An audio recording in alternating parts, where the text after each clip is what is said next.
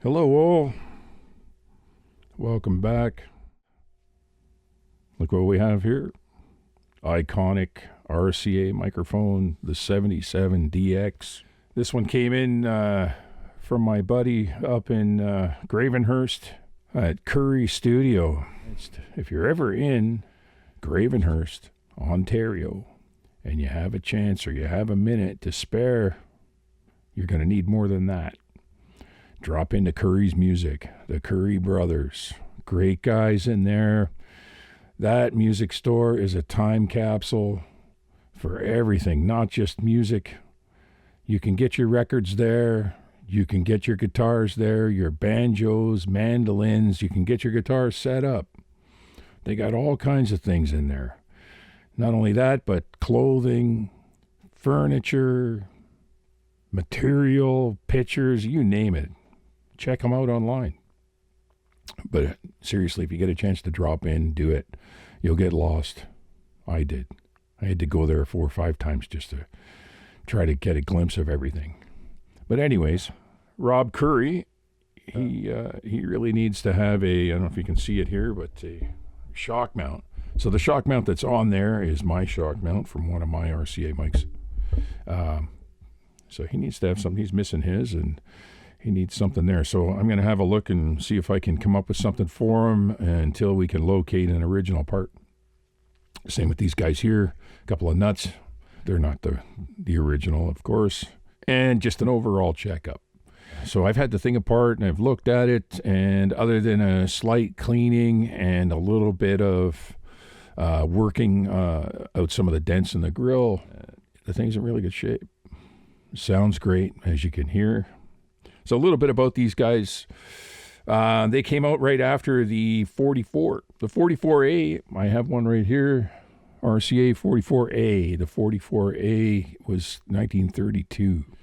And then they came out with the 77A. The 77A was, I'm going to say, 3 to 4 times the size of this thing. Flat on the bottom. It was probably about this big.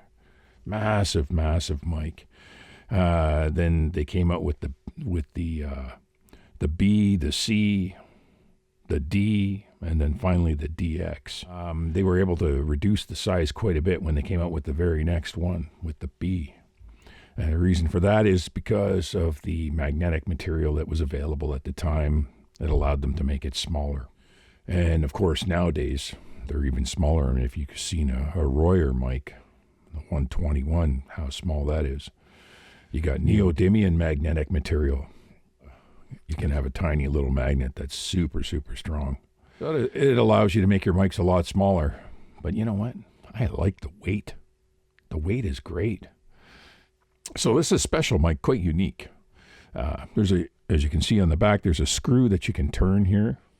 That screw, you're able to select between having it basically omni or non-directional, directional in like a cardioid pattern, which would be unidirectional, and then figure 8 or bidirectional. This in figure 8 right now, bidirectional setting.